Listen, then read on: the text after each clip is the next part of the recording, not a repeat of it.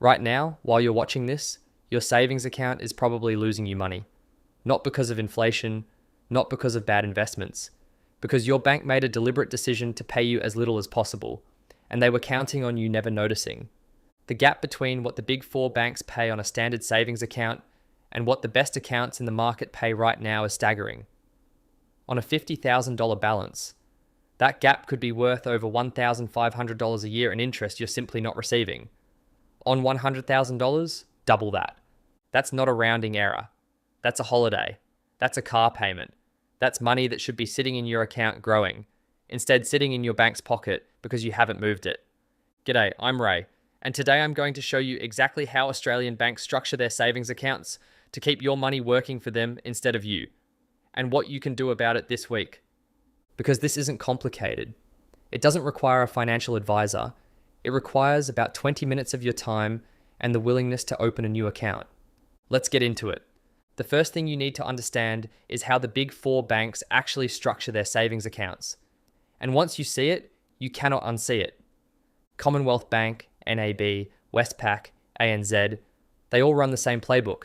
They advertise a headline rate that looks reasonable, but buried in the fine print is a base rate, the rate you actually earn if you don't jump through their hoops every single month. And that base rate is often less than 1%. Less than 1%. In an environment where rates have been the highest they've been in over a decade, the hoops they make you jump through to get the bonus rate vary by bank. Grow your balance by a certain amount each month. Make a minimum number of transactions. Don't make any withdrawals. Miss one condition in 1 month and you drop back to the base rate for that entire month without any warning. This system isn't designed to reward you, it's designed to catch you out. And it works. Billions of dollars sit in Australian savings accounts earning next to nothing, because the account holder missed one condition 3 months ago and never noticed the rate dropped. Now here's where it gets interesting. While the big four are playing this game, a completely different tier of banks has quietly built accounts that pay significantly more, without the obstacle course. Online banks and smaller authorised deposit-taking institutions, places like ING, Macquarie Bank, UBank and others, have been able to offer rates far above what the majors advertise because they don't have the same overhead. No branch network. No thousands of staff in shop fronts. Those savings get passed directly to you in the form of a higher interest rate. The gap between a standard Big Four savings account and the best rates currently available in the market is not small. We're talking the difference between your money genuinely growing and your money barely keeping pace with a term deposit from 2015. And here is the part that should frustrate you. Your bank knows exactly what rate you're on. They know what the competition is paying. And they have made a deliberate choice not to match it because most people won't leave. That's called the loyalty tax. And Australians pay it every single year. So what do you actually do about this? Step 1 is knowing what you're currently earning. Log into your banking app right now and find your savings account interest rate. Not the advertised rate, the rate you are actually receiving this month. It'll be in the account details or the terms and conditions. Write it down. Step 2 is comparing it. The Australian government runs a free comparison website through ASIC called MoneySmart. You can also use comparison sites like CanStar or Finder. Search for high interest savings accounts, sort by rate, and look at what the top 5 are actually paying versus what you've got. If the gap is more than 1 percentage point, you are leaving real money on the table every single month. Step 3 is opening a better account. This is the part people delay, and I understand why. It feels like admin. But opening a savings account with an online bank takes about 15 minutes on your phone.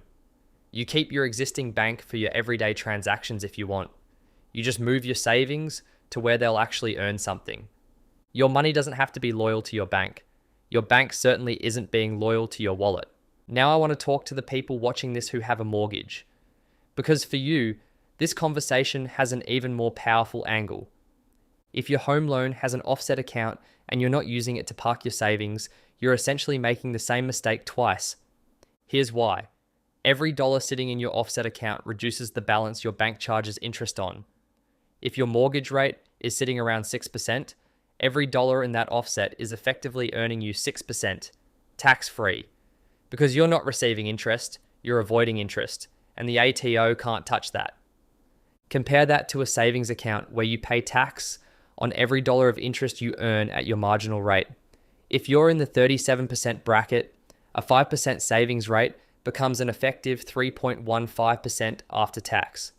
Your offset account, depending on your mortgage rate, could be the single best place to put your savings in Australia right now.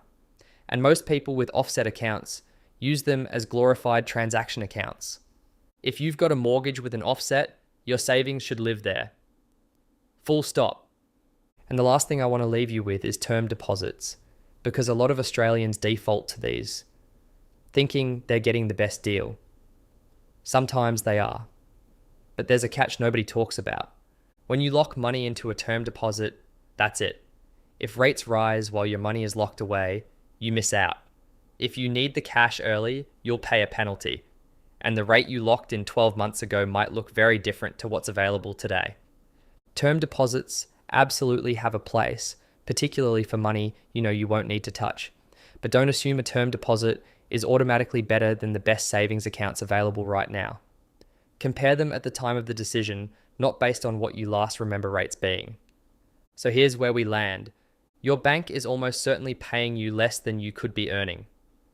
The gap between the big four base rates and the best savings accounts on the market is significant enough to matter on any balance worth talking about. That gap is a deliberate commercial decision by your bank, not an accident. What you do this week, find out your actual savings rate today, compare it against the top accounts on MoneySmart or a comparison site, and if you've got a mortgage with an offset, make sure your savings are sitting there earning their keep. None of this is hard. All of it is worth doing. The Australians building real wealth aren't necessarily earning more than you. They're just not leaving money on the table that doesn't need to be there. If this video made you realize you've been sitting on a bad rate, smash the like button and subscribe. I put out videos like this every week so you don't have to figure this stuff out alone. Drop a comment below and tell me what rate your bank is currently paying you. I want to see the numbers. I'll be in the comments. See you in the next one.